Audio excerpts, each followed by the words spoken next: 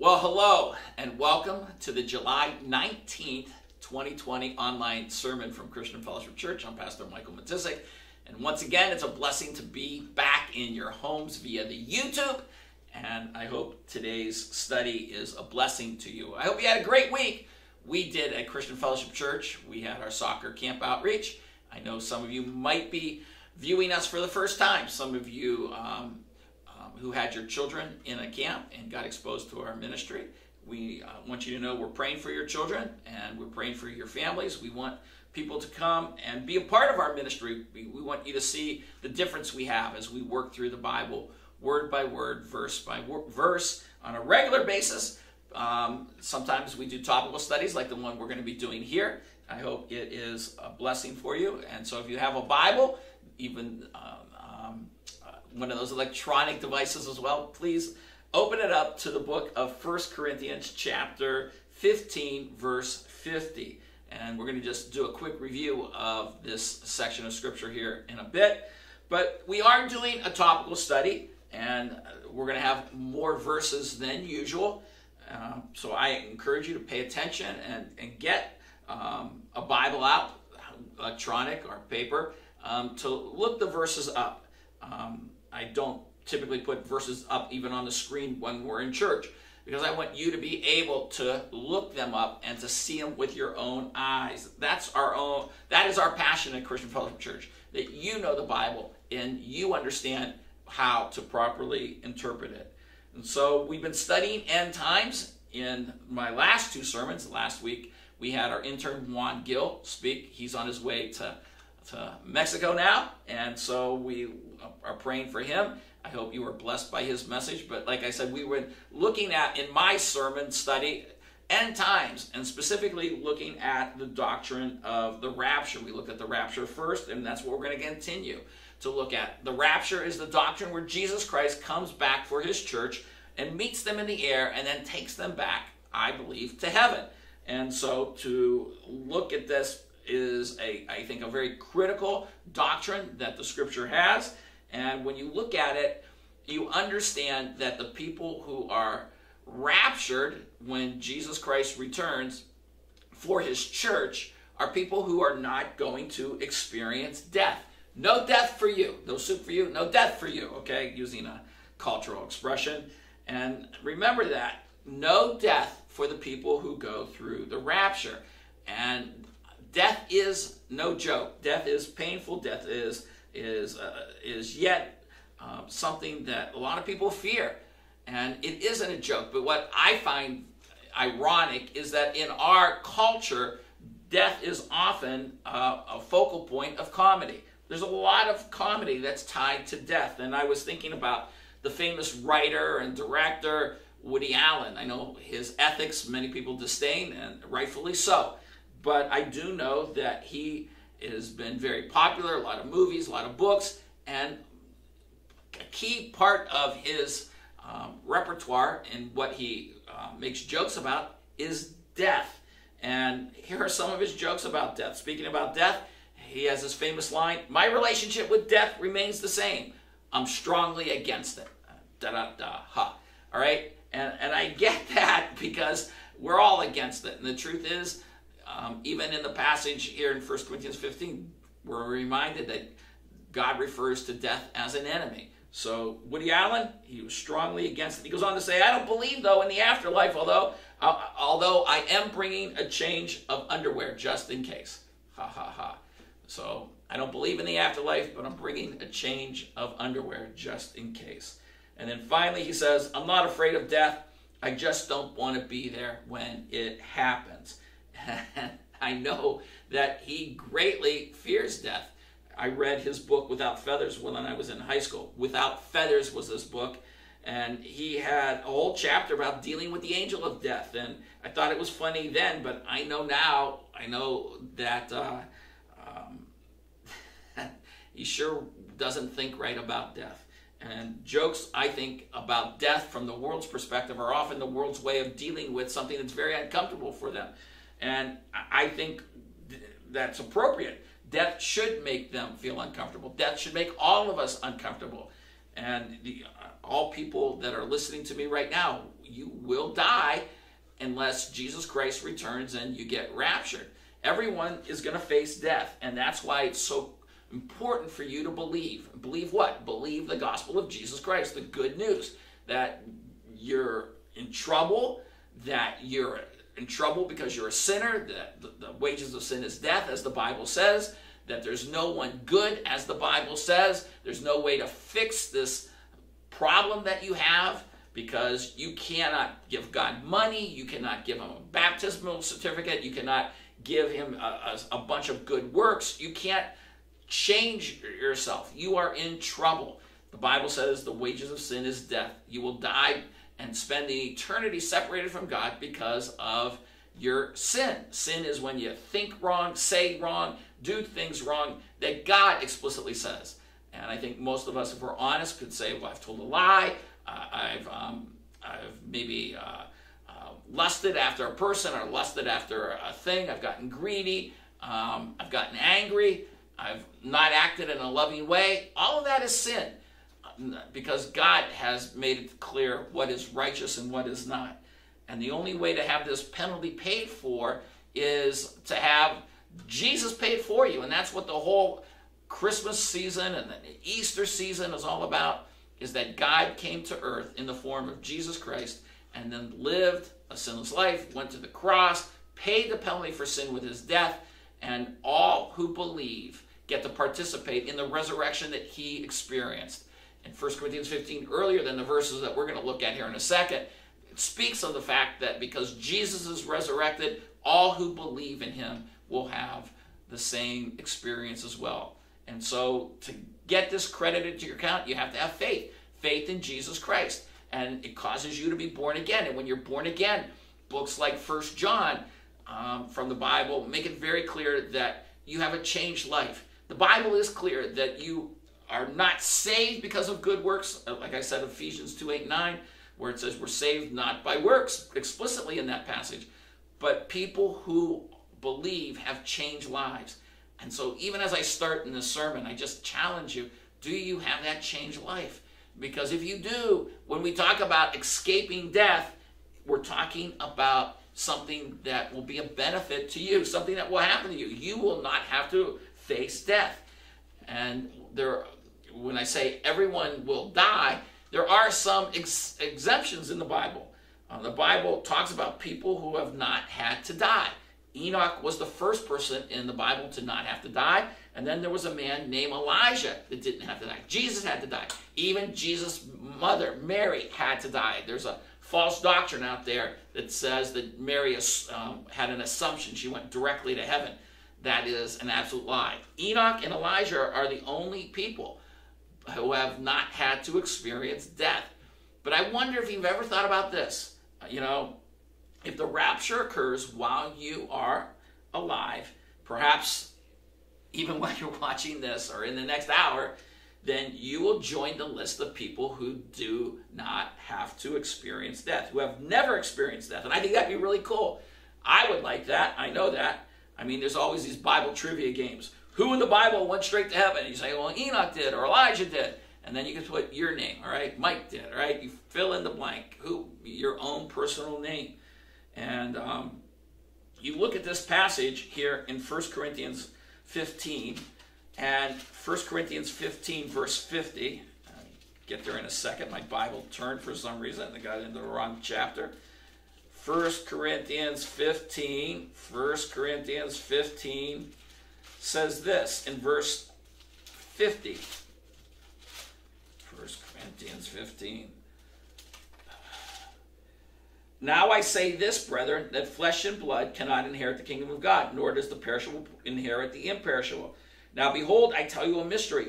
Verse 51 says, we will not all sleep, meaning we will not all die. The people who go through the rapture, as we've been studying, will not sleep. And sleep was a euphemism when we studied that passage. And if you haven't seen the video, go back, watch it. As we went through this verse by verse in verses 50 to 53, the idea of not sleeping, not dying, how exciting. And so I know that people always think death is painful. That's why people want to die in their sleep. I remember when I was a little kid, my grandmother used to teach me this prayer. Now I lay me down to sleep. If I should die before I wake, I pray the Lord my soul to take. And so many people learn that as a child, and then they take it on to their adulthood, right? Because who wants to die? Who wants to go through pain? Well, some people are never going to die. I know a lot of people say, please, Lord, take me in my sleep. But, you know, for many people, that doesn't occur. And so some people, though, are never going to die. And I tell you, I laugh because I sometimes think about even being raptured, what that experience is going to feel like. Is it going to feel like a roller coaster ride? And I don't know if you know, I don't like roller coaster rides. The last roller coaster I was on was almost like 25, almost 30 years ago now that I think about it. I was a college pastor in Lincoln, Nebraska, a church there, and we went down to Kansas City with our college group, and the kids encouraged me to go on a roller coaster, one of those ones with the double loop, and I was absolutely terrified. I looked at the floor the entire time, especially going down the big loop, and then they got me on it a second time, and I think about how your stomach jumps, and oh my goodness, and I wonder, is the rapture going to be just like that? So sometimes I fear the rapture from that perspective, but I think that fear of death is greater than the roller coaster feeling, not knowing how this rapture thing is going to go play forward. We don't know. But listen, anyway, I know that if you experience, if you experience the rapture, you won't have to experience death. And when will that occur? I said it's going to happen before the tribulation. And it could be any time. And I think that God has wanted the church to be ready, and we'll talk more about that even in our upcoming studies. But I want you to understand that the rapture is not some secret doctrine. And that's one of the things that I think a lot of people try to throw a smokescreen out there as if, boy, you study the rapture and this is like some kind of secret thing, like an elevator going up and down, and that God would not have something so ridiculous. But I tell you, the idea of it being a secret isn't something that's in the Bible. It was once a mystery, but it is not a secret. A mystery is something now that's been declared. And I wanted to just take a second before we go back into some more in-depth passages regarding the timing of the rapture, because that's where we're going to focus today. But just to show you something that maybe some of you may not have ever gone back and seen. Go back in your Bibles to Isaiah chapter 40. In the book of Isaiah, chapter 40, Isaiah is starting a series of messages that are to be comforting. The context is that the book of Isaiah was written from about 726, we believe, BC, prior to the Assyrian captivity of the northern 10 tribes, and then continued on after they were captured down through about 680 BC with a warning that the remaining 2 tribes were going to face captivity as well from Babylon.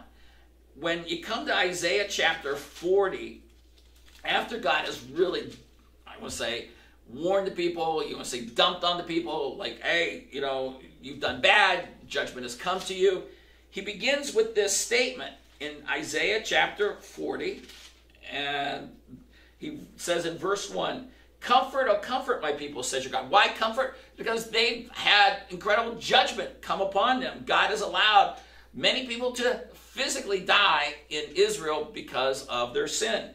And he says, "Speak kindly to Jerusalem, call out to her that her warfare has ended, that her iniquity has been removed, that she has received of the Lord's hand double for all her sins." She's not been faithful. The nation of Israel has not been faithful. Double. Judgment has been severe. But now we see in verse 3, "A voice is calling, clear the way for the Lord in the wilderness, make smooth in the desert a way for" who? Our God. "Let every valley be lifted up and every mountain and hill be made low, and let the rough ground become a plain and the rugged terrain a broad valley. Then the glory of the Lord will be revealed, and all flesh will see it together, for the mouth of the Lord has spoken."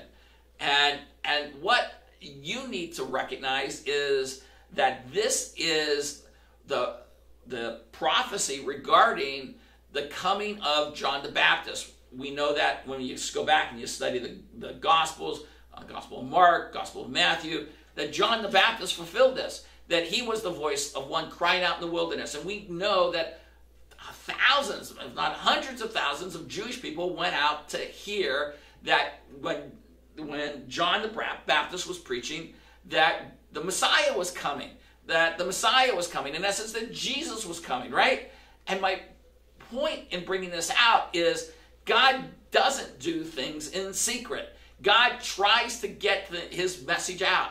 And I truly think that the rapture is something that is very prevalent in our society, very well known. And I showed you 2 weeks ago that slide from a Facebook page, a social media page of a friend of mine who was making fun of the rapture, making fun of evangelicals. And yet when he talked about the rapture, even though maybe he has like 1,000 friends on Facebook, nobody said to him, "What's the rapture?" Because it's so well known. The Left Behind series talked about it. So well known.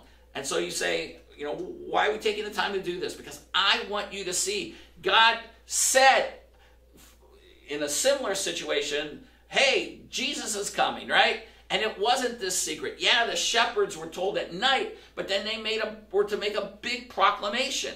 My point is, I want you to be all the more ready, because I think the more the rapture is well known, it becomes more, I think, of something that gives me a little insight regarding timing. Now, again, nobody knows the day or hour. We've already talked about that. But listen, it is something that is well known, isn't it? And so I just want you to have that in the back of your minds. So I wanted to take time to look at that. So you have sermon notes. I put those out for those who regularly attend our church.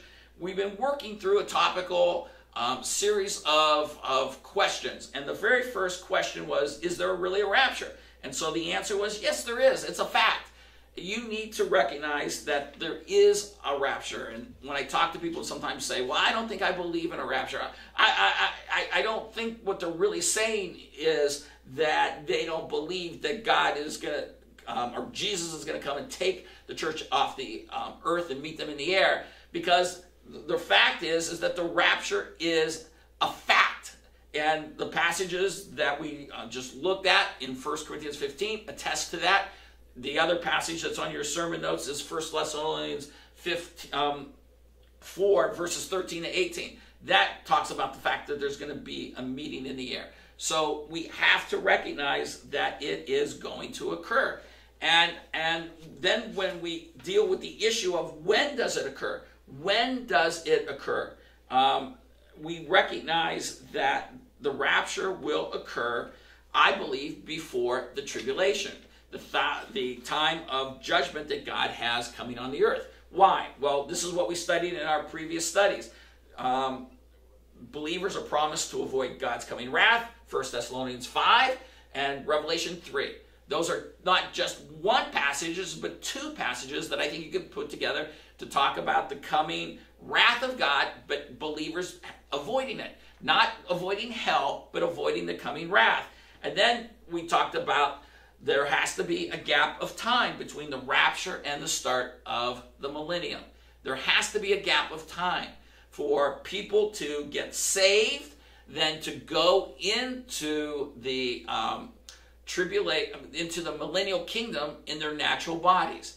And we spent a lot of time on that. I highly recommend you take time on that, because I know a lot of churches don't do this. And the pastor just throws something out and then they move on, and you really don't grasp it. Please take the time, go back, look at that video, and understand that there has to be a gap of time between when the church is raptured, the church gets their glorified bodies, but then people who are still in natural bodies get saved, like in Revelation 7, in the tribulation. They'll then be the ones that, if they make it through, they don't get killed during the seal, trumpet, and bowl judgments, that they will go into the 1,000-year reign in non-glorified bodies.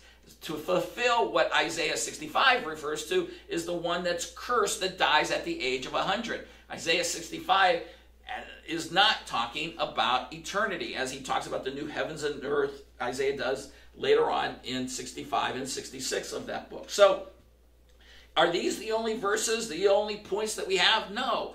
that show that the rapture has to occur before the tribulation. Write on your sermon notes this third reason. Because only a rapture fits with the wedding imagery of these key passages. So turn in your Bibles at this point to the Gospel of John, John chapter 14, and we're going to primarily focus on verses 1 to 3. And the third point is that the rapture fits with the wedding imagery of a Jewish wedding. And so the context of this passage is that we are looking at the last night of Jesus' life. And let me just read it. He says, "Do not let your heart be troubled. Believe in God. Believe also in me." Verse 2, "In my Father's house are many dwelling places. If it were not so, I would have told you, for I go to prepare a place for you. If I go and prepare a place for you, I will come again and receive you to myself, that where I am, there you may be also." Where? In the Father's house. Now, I believe there are two commandments here. When he says, believe in God, believe also in me. He tells us, don't be troubled, don't let your heart be troubled. And I think that's a command as well. But then he says, believe in God, believe in me. In my Father's house are many dwelling places. Now, there's a lot of debate. What are those dwelling places? Are your individual mansions? Are they rooms? What I want you to focus on is the venue. There is a reality that you're being taken to another place. It's a word we may not always use, venue. But I read a great theological paper on it this week, and they emphasized venue, so it's in the back of my mind. It's just a place. We're being taken to a place. And so when he says there are many places, if I would not have told you, the idea is that this is available to many people. There's no discrimination. We'll learn from the Apostle Paul later on in the book of Romans that God will let anyone in who calls upon the name of the Lord. The Bible is very clear on that, right? So last night of his life, Jesus is like trying to say, be comforted.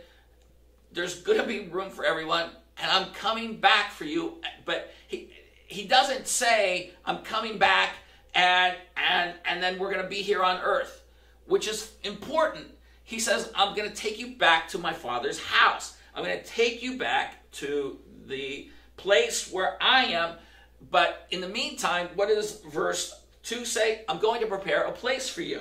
And when I come back, verse 3 says, I'll take you to myself, and then I'll take you back to where I was. Now, it's critical that you understand, I believe at this point, Jesus is bringing in imagery of a Jewish wedding. And even if you don't take in the wedding aspect, the idea that he takes us somewhere else and not earth is important as well. But I do think when you look at this, it becomes all the clearer when you talk about the concept of a Jewish wedding. And a Jewish wedding goes like this. It goes like this. A man and a woman make the decision that they're going to get married.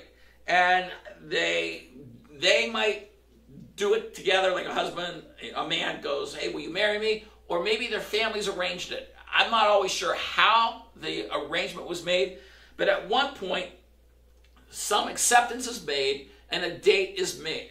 A date is set. And when that woman accepts that engagement, it becomes like official that she is now betrothed to her husband. And so, or what we would call future husband when we give an engagement ring. But for them, it was one step beyond that. It was as if they were literally married.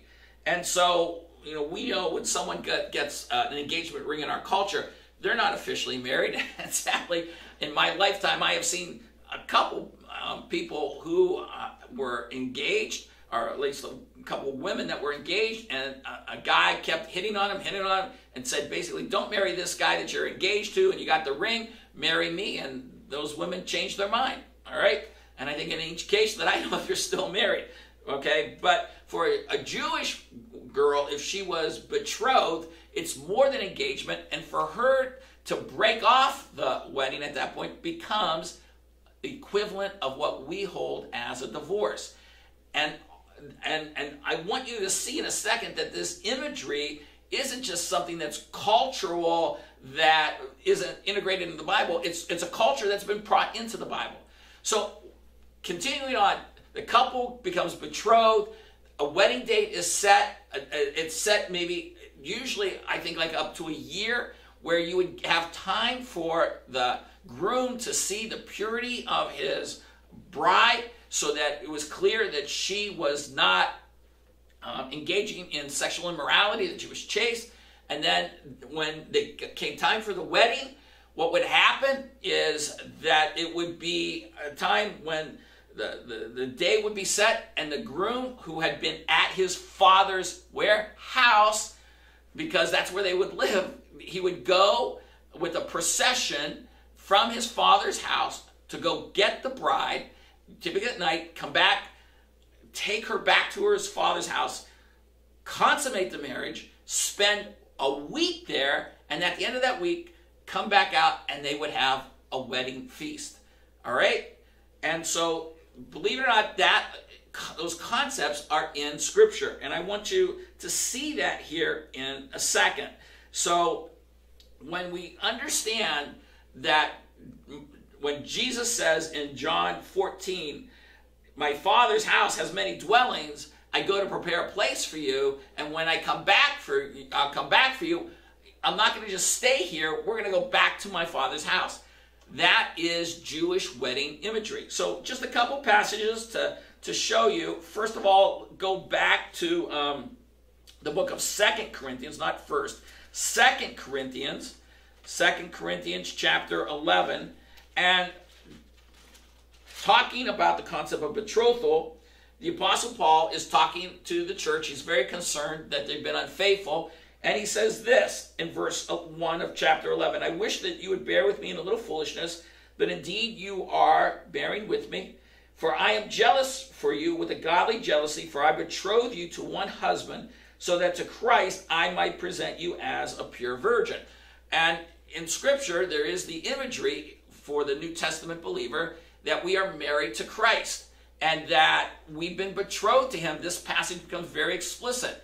And I think you can even bring in doctrines of once saved, always saved, right? That we don't lose our salvation. That the idea of betrothal is that we're committed. We are in a committed relationship with Jesus Christ. And so as the Apostle Paul shared the gospel, people became converted. They believed in Jesus Christ. They entered into the betrothal. Something that isn't just a casual relationship with Jesus Christ. It's a commitment. We are, in essence, guaranteed that we are going to be married to him. So when the church was being unfaithful here, it was a violation as they were taking on false Christ, as you go on and you study this concept. So just so you see, the very concept of the theology of once saved, always saved, committed is very much even brought into our relationship with Jesus Christ. The concept of betrothal is a serious commitment. So much so that if you go back to the Gospel of Matthew chapter 1, speaking about the birth of Jesus Christ, you see right after the genealogy is given, as Matthew begins his gospel, and he's trying to show how Jesus is the King of the Jews, and he's going to use more Jewish verses than, Jewish verses from the Old Testament than any other gospel writer. He says this in verse 1. He says, now the birth of Jesus Christ was as follows. When his mother Mary had been betrothed to Joseph, there's our concept of betrothal, okay? Not just engaged, but betrothed.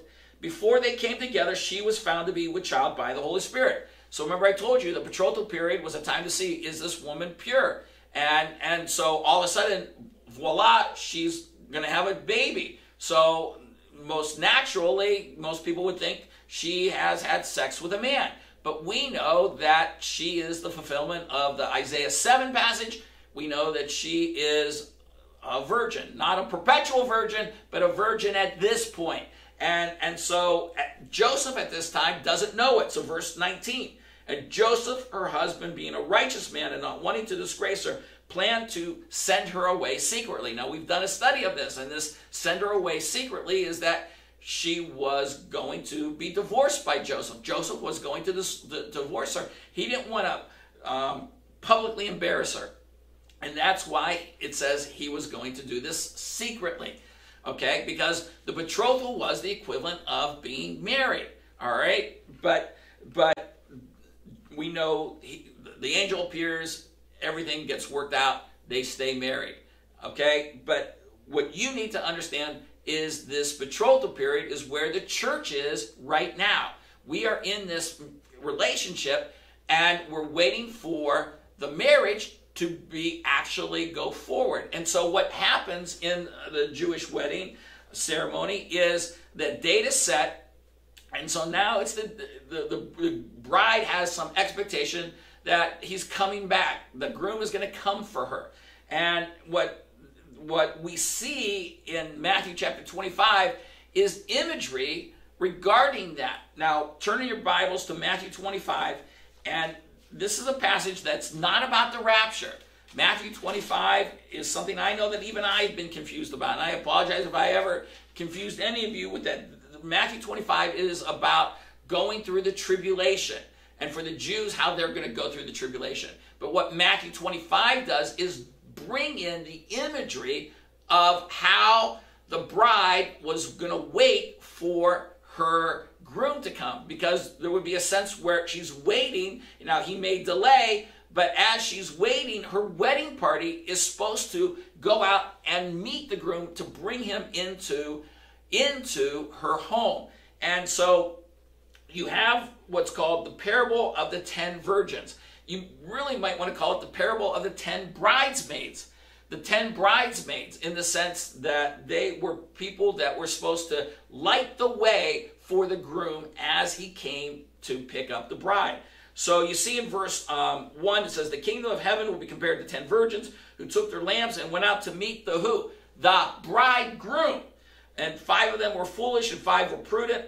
And so he goes on to talk about the fact that when the bridegroom came, some weren't ready and others were.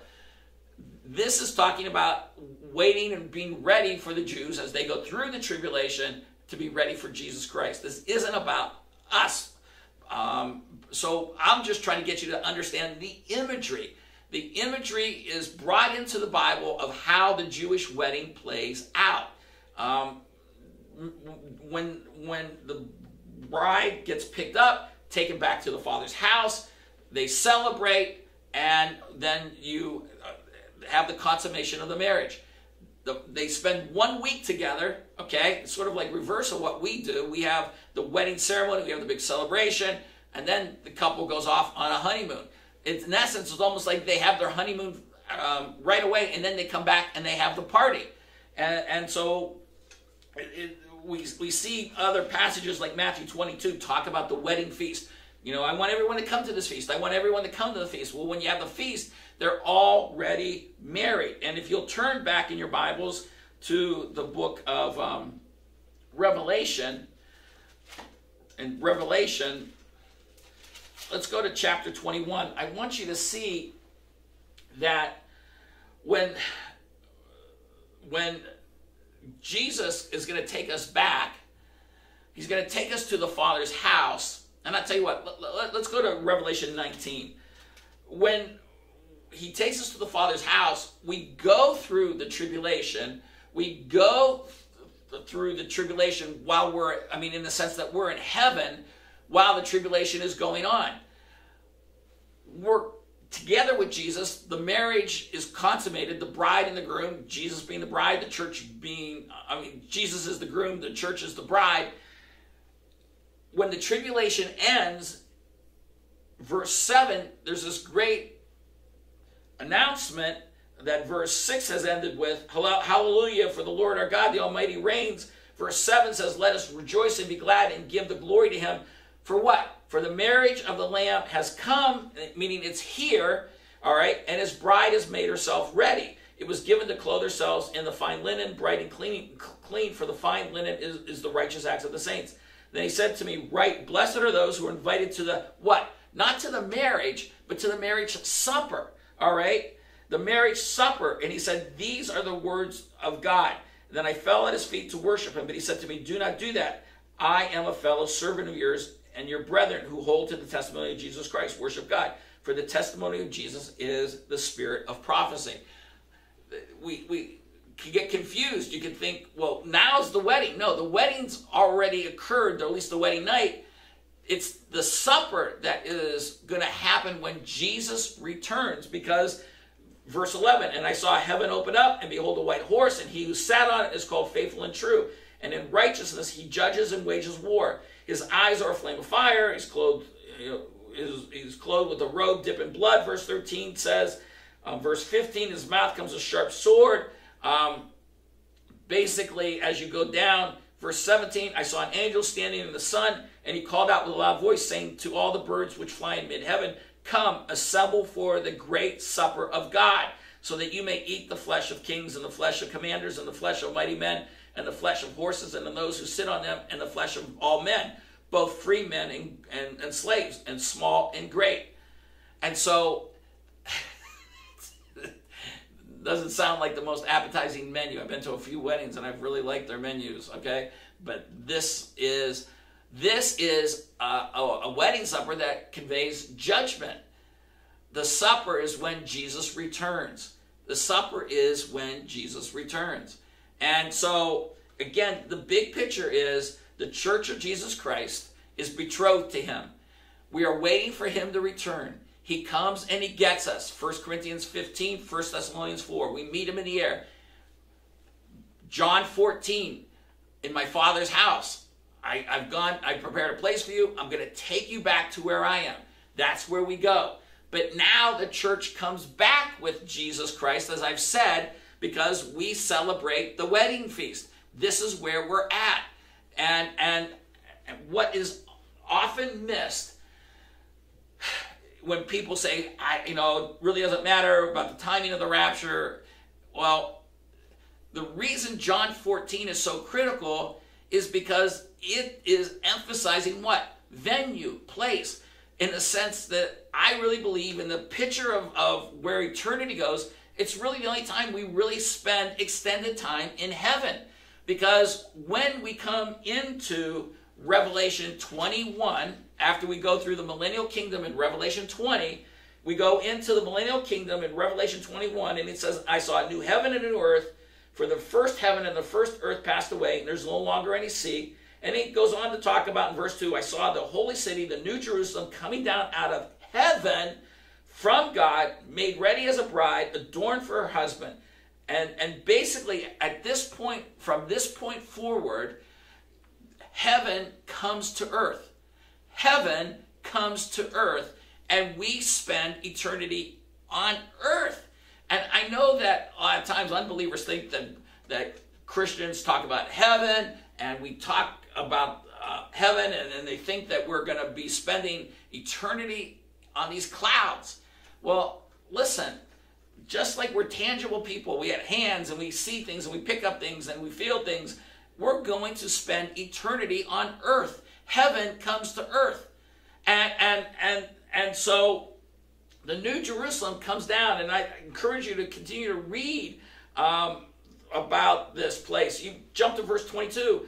After the description of the gates and all the incredible aspects of the New Jerusalem that's come down out of heaven, and he says, I saw no temple in it, verse 22. For the Lord God the Almighty and the Lord are its temple. And the city has no need of the sun or the moon to shine in it, for the glory of God is illumined it. And the Lamb is the Lamb. And the nations will walk by its light, and the kings of the earth will bring their glory in it. And you say, what nations? What people? Well, God is really going to develop humanity the way he wanted originally with Adam and Eve. And we're going